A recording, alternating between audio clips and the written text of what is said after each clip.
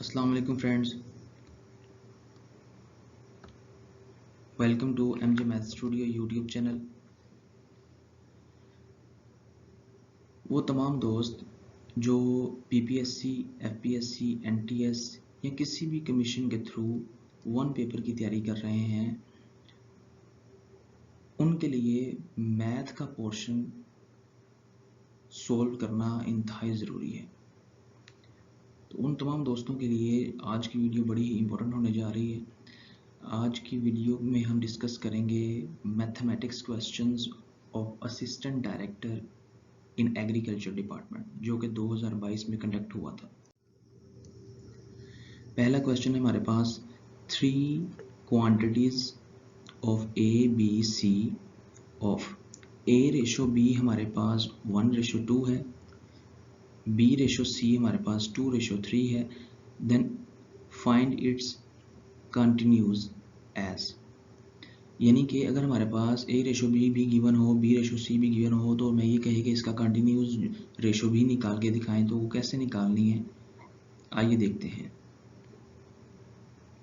सबसे पहले आपने ए रेशो बी रेशो सी लिख लेना है।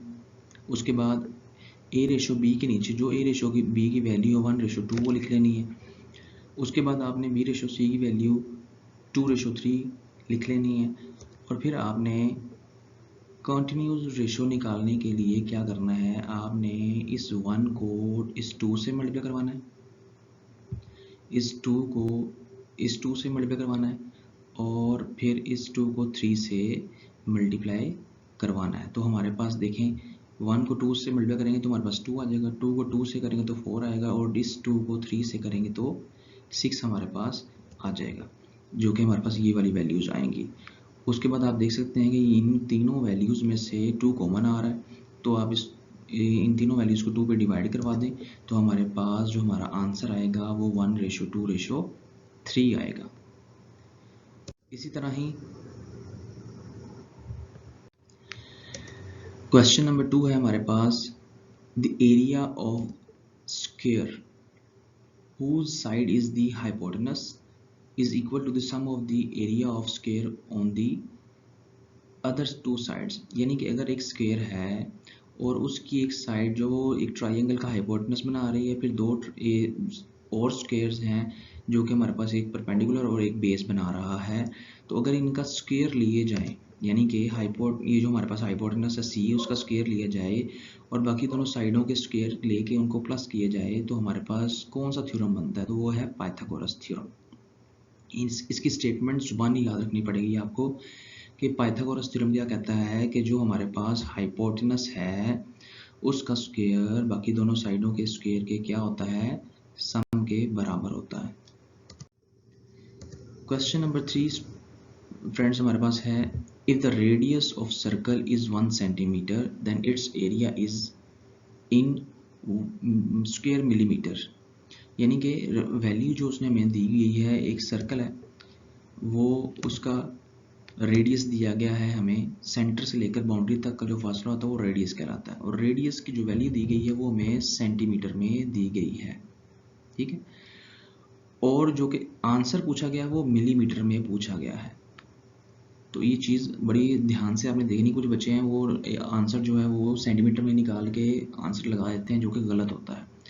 तो आपने पूरी स्टेटमेंट को गौर से पढ़ना है कि हमें सवाल में जो रेडियस दिया है वो क्या दिया गया है। रेडियस ऑफ सर्कल हमारे पास है 1 सेंटीमीटर, और 1 सेंटीमीटर के अंदर हमारे पास 10 मिलीमीटर होते हैं। फिर इसी तरह ही जो फार्मूला है एरिया ऑफ सर्कल का वो पाई आर स्क्वायर होता है, ये भी जुबानी याद रखना पड़ेगा आपको।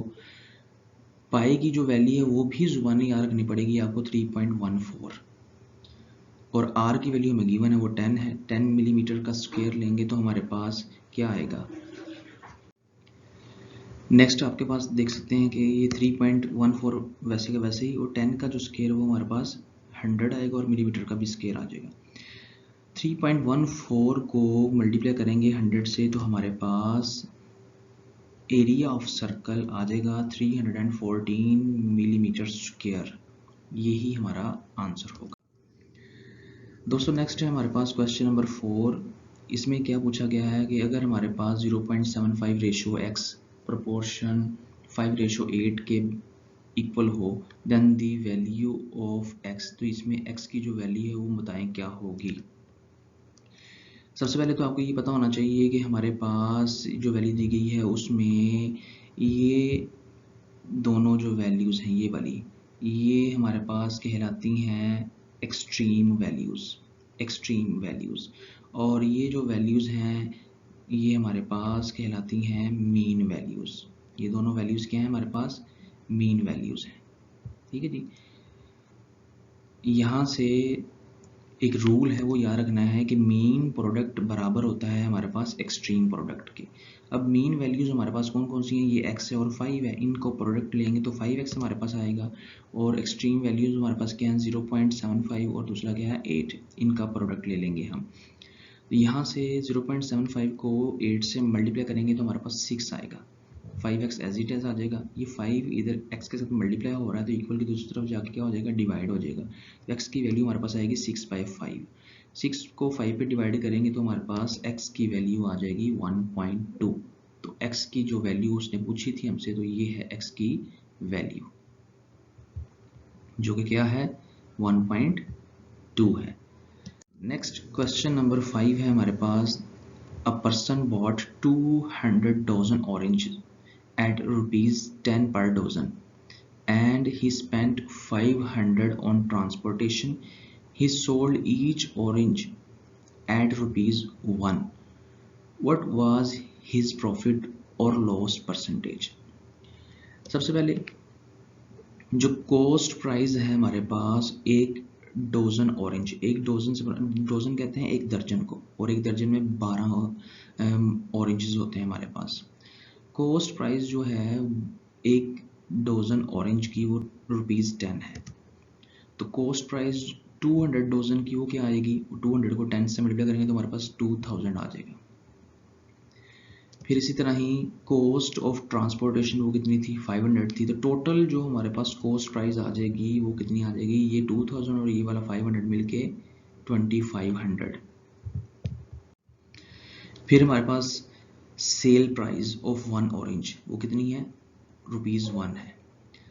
और sale price of 200 dozen orange, 200 dozen मतलब 200 को मल्टीप्लाई करवा दें आप 12 के साथ, तो हमारे पास, और हर ऑरेंज जो है वो कितने का बेच रहा है, वो उसकी सेल प्राइस कितनी है, वो ₹1 है। तो हर ऑरेंज वो ₹1 में बेच रहा है, तो ये हमारे पास टोटल कितना आ जाएगा, 2400 आ जाएगा। यानी कि 2400 माल्टे होते हैं 200 डोजन में, 200 दर्जन में 2400 माल्टे होते हैं, और हर माल्टे को वो एक रुपये में सेल कर रहा है, तो वो 2400 रुपये में ही माल्टों को सेल करेगा। अब आप देख सकते हैं कि हमारे पास जो कॉस्ट प्राइस थी वो 2500 थी और सेल प्राइस क्या है 2400। इट मीन उसको लॉस हो रहा है, और लॉस कितना हो रहा है उसको, लॉस 2500 में 2400 माइनस करेंगे तो हमारे पास ₹100 का उसको लॉस हो रहा है। यानी कि अब हमने लॉस परसेंटेज निकालना है। लॉस परसेंटेज का फार्मूला बेटा याद रख लेना आपने। सबसे पहले दोस्तों क्या फार्मूला है, लॉस परसेंटेज का फार्मूला हमारे पास होता है loss over cost price multiply 100। यानी कि जो टोटल कॉस्ट प्राइस है आपकी और जो लॉस है इनका रेशो ले लेना है आपने और 100 से मल्टीप्लाई करवा देना है, तो आपके पास लॉस परसेंटेज निकल आएगा। लॉस जो है वो 100 रुपये का लॉस हुआ और कॉस्ट प्राइस 2500 है, और मल्टीप्लाई 100 लिख लेंगे इसको। तो कटिंग करेंगे तो आप देख सकते हैं कि यहाँ से ये जो 2 ज़ीरो हैं ये हमारे पास इन 2 ज़ीरो से क्या हो जाएंगे, कैंसिल हो जाएंगे। बाकी ये जो 25 है इस 100 को 4 पे कटिंग करेगा तो हमारे पास लॉस परसेंटेज कितना आ जाएगा, 4 आ जाएगा, जो कि हमारा आंसर है। नेक्स्ट क्वेश्चन नंबर 6 है, the difference between a discount of 35% and two successive discount of 20% on a certain bill was 22. Find the amount of the bill. यानी कि कह रहा है कि अगर आपके पास पहला डिस्काउंट 35 है और दूसरा डिस्काउंट जो है वो आपके पास 20% 2 दफ़ा है, 20% मिलके, और उनका डिफरेंस निकालना है आपने। तो सबसे पहले आपने लेट कर लेना है कि ये x be the amount of bill. हम फर्ज कर लेते हैं कि जो है ना, जो टोटल जो हमारा बिल है ना वो एक्स आएगा। यहाँ पर सक्सेसिव डिस्काउंट का एक फार्मूला है, ये याद रख लेना है आपने। कहीं पर भी सक्सेसिव डिस्काउंट आपके पास आ जाए तो सबसे पहले आपने क्या कर लेना है, जो वैल्यूज़ हैं उन दोनों वैल्यूज़, यानी सक्सेसिव डिस्काउंट से बना दिए कि 20% एक दफ़ा और फिर 20% एक दफ़ा का डिस्काउंट दिया गया है, उन दोनों को एक दफ़ा आपने जमा कर लेना है और फिर माइनस करना है उन दोनों का प्रोडक्ट लेके 100 पे डिवाइड करवा देना है आपने उसको, और वही जो हमारे पास आएगा वही परसेंटेज हमारे पास सक्सेसिव डिस्काउंट परसेंटेज कहलाएगी। अब आप देख सकते हैं कि सक्सेसिव डिस्काउंट जो है वो 20% है हमारे पास। कितना है? 20%। यानी कि 20 को 20 में ऐड करेंगे और फिर माइनस करेंगे 20 मल्टीप्लाई 20/100। तो यहाँ से हम देख सकते हैं कि ये जो एक ज़ीरो है ये वाला, ये कैंसिल हो जाएगा इस एक ज़ीरो से, और फिर ये वाला जो ज़ीरो है ये कैंसिल हो जाएगा इस एक ज़ीरो से, ठीक है। और हमारे पास यहाँ से ये 20 में ऐड हो जाएगा 40 आ जाएगा, और माइनस ये 2 2 4 आएगा। 40 माइनस 4 करेंगे तो हमारे पास 36%, ये सक्सेसिव डिस्काउंट जो है वो कितना आया? 36%। तो अब हमने क्या कर लेना है, इन दोनों का डिफरेंस निकालना है। किन दोनों का? एक जो सक्सेसिव डिस्काउंट निकाला और जो एक उसने हमें डिस्काउंट खुद दिया हुआ था 35%, इन दोनों का डिफरेंस निकालना है। क्या लेना है हमने? डिफरेंस लेना है। डिफरेंस मीन्स माइनस करना है आपने इसको। तो डिफरेंस हमारे पास क्या आएगा? 36% माइनस 35%, और जो हमारे पास अमाउंट थी एक्स वो साथ में मल्टीप्लाई हो जाएगा, इज इक्वल टू 22, क्योंकि उसने हमें यहाँ बताया हुआ है कि 35% और जो सक्सेसिव डिस्काउंट आ रहा है उन दोनों का जो डिफरेंस है वो 22 है। तो हमने दोनों का डिफरेंस करवाया और साथ में क्या लिख दिया? 22। 36 में 35 माइनस करेंगे तो हमारे पास 1% आएगा, 1% ऑफ हमारी जो रिक्वायर्ड बिल है उसका। तो परसेंटेज 1% से मुराद होता है कि 1/10। परसेंटेज का मतलब ये होता है कि 100 में से, 100 में से। तो क्या करेंगे हम इसको? x/100 लिखेंगे इज इक्वल टू 22। ये 100 इधर डिवाइड हो रहा है, इधर आके क्या हो जाएगा? मल्टीप्लाई। 22 को 100 से मल्टीप्लाई करेंगे तो हमारे पास 2200 ये रिक्वायर्ड जो बिल है वो हमारे पास आ जाएगा, और यही हमारा आंसर है। फ्रेंड्स, नेक्स्ट क्वेश्चन है हमारे पास, the mean of 5 number is 18, यानी 5 नंबरों का जो मीन है वो हमारे पास 18 है। मीन को उर्दू में हिसाबी औसत कहते हैं। If one number is excluded, अगर एक नंबर निकाल लिया जाए, यानी कि एक नंबर कम कर दिया जाए, तो उनका जो 4 रकमों का जो मीन आएगा वो हमारे पास 16 आएगा। देन एक्सक्लूडेड नंबर इज, तो जो नंबर निकाला है उसकी वैल्यू बताएं। तो सबसे पहले आपने फर्ज कर लेना है जी मीन ऑफ 5 नंबर्स क्या होता है? वो होता है हमारे पास a plus B plus C plus D over plus E over 5 is equal to 18। अच्छा, मीन का फार्मूला यहाँ पर आपने समझना है कि मीन का फार्मूला क्या होता है कि जितनी वैल्यूज उसने 5 वैल्यूज बोली हैं, 5 नंबर्स बोले हैं, तो 5 नंबरों को आपने जमा कर लेना है और उतने ही नंबर पर 5 पर ही उसको डिवाइड कर लेना है, और इक्वल टू उसने क्या बोला हुआ? 18 बोला, तो 18 के बराबर 18 के इक्वल आपने इसको रख लेना है। फिर ये जो 5 इधर डिवाइड हो रहा है तो जाके क्या हो जाएगा? मल्टीप्लाई। तो a plus B plus C plus d plus e की वैल्यू हमारे पास आ जाएगी 18 मल्टीप्लाई 5, जो कि 90 के इक्वल होती है। यहाँ पर आपने इसको इक्वेशन 1 का नाम देके रोक लेना है। फिर उसने ये कहा कि अगर आप उसमें से एक नंबर एक्सक्लूड कर लें, if one number is excluded, यानी अगर एक कम कर दिया जाए, यानी 4 नंबर कर दिए जाएं, तो उनका जो मीन है वो 16 आएगा हमारे पास। तो ये देखें, मीन ऑफ 4 नंबर्स वो क्या आएगा? a plus B plus C plus D over 4 is equal to 16। ये 4 इधर डिवाइड हो रहा है तो क्या हो जाएगा? मल्टीप्लाई। तो 16 मल्टीप्लाई होगा 4 से, तो ये हमारे पास 64 आ जाएगा। अब ये a plus B plus C plus D की जो वैल्यू है वो 64 आ चुकी।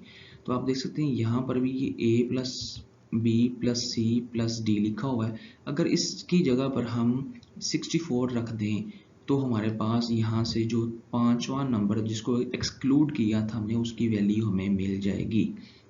तो वैल्यू इसकी पुट करेंगे हम इक्वेशन 1 में, तो हमारे पास देखिए इसकी जगह हमने 64 लिख लिया, प्लस ई इक्वल टू 90, तो 64 इक्वल के इस तरफ आगे माइनस हो जाएगा, तो 90 माइनस 64 करेंगे तो हमारे पास 26 आ जाएगा। तो यही हमारे पास इसका आंसर है।